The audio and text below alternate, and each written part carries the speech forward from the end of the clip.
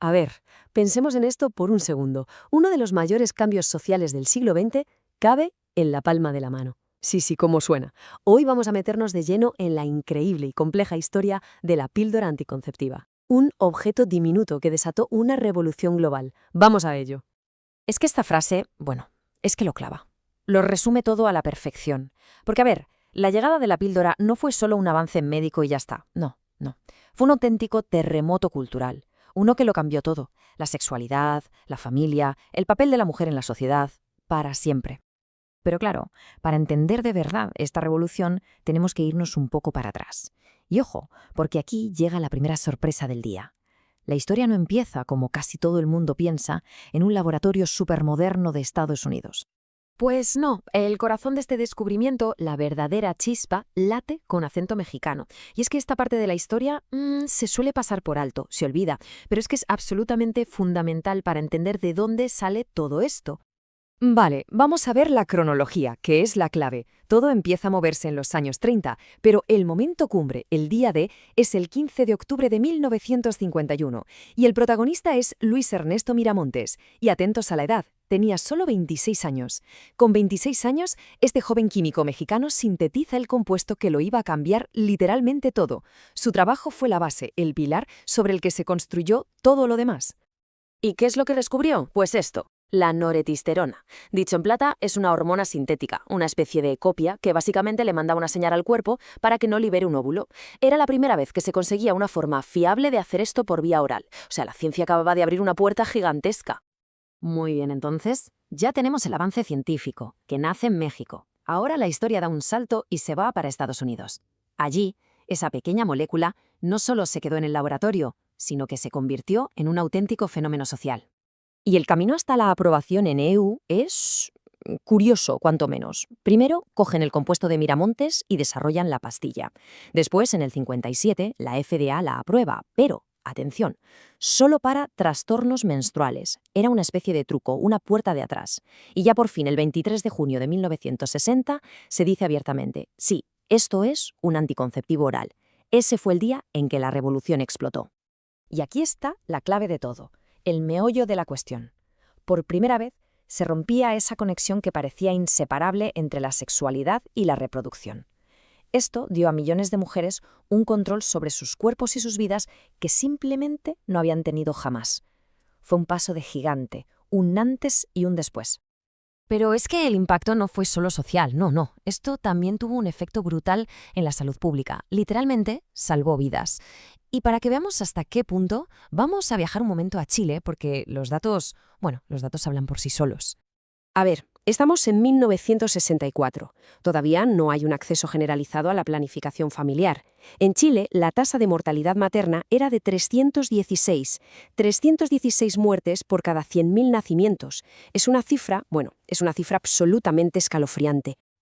Ahora saltamos en el tiempo a 2007. El acceso a los anticonceptivos es mucho mayor. Y la cifra pasa de 316 a 18,3. El desplome es simplemente brutal. En este gráfico se ve clarísimo. La caída es de más de un 90%. Es la prueba irrefutable de que el acceso a la anticoncepción va mucho más allá de una elección personal. Es una herramienta de salud pública de primer nivel. Salva vidas. Punto. Vale. Hasta ahora todo parece una historia de progreso, de liberación. Pero la historia de la píldora no es tan sencilla. Tiene una cara B, un capítulo muy oscuro que demasiadas veces se queda en la sombra.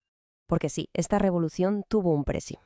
Y lo peor es que ese precio no lo pagó todo el mundo por igual, ni de lejos. El peso de este avance cayó sobre los hombros de un grupo muy concreto de mujeres vulnerables a las que, irónicamente, se les negó la misma libertad que la píldora prometía.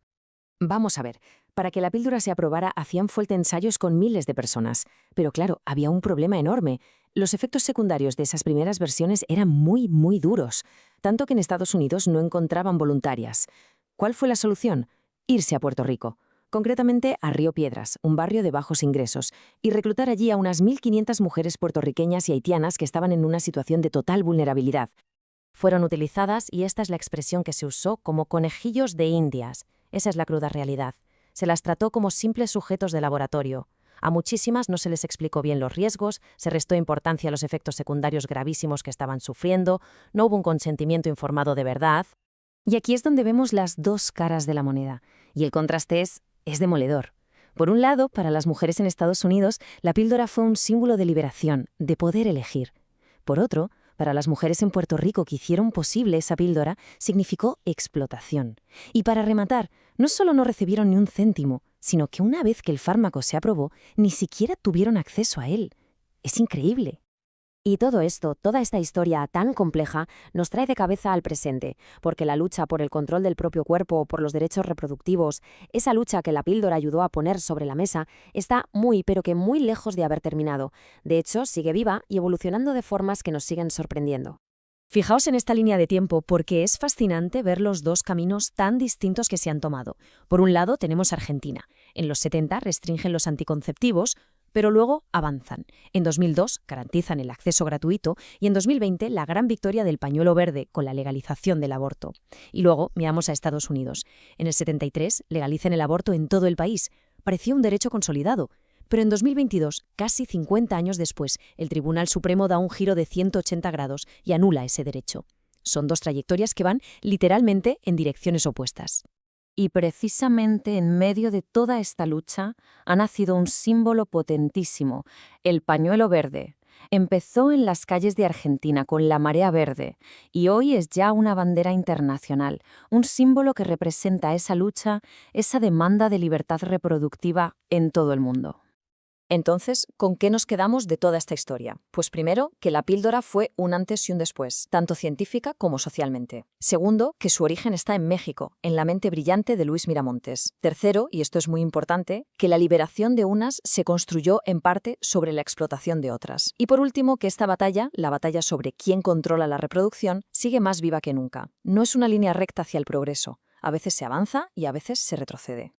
Y esto nos deja con una pregunta flotando en el aire. Han pasado ya casi 65 años desde que esa pequeña píldora lo cambió todo. Y la pregunta es, ¿qué significa hoy, de verdad, la libertad reproductiva? Porque está claro que el debate sobre la autonomía, el acceso y la justicia sigue siendo tan importante y tan urgente como lo era entonces. La revolución, sin duda, continúa.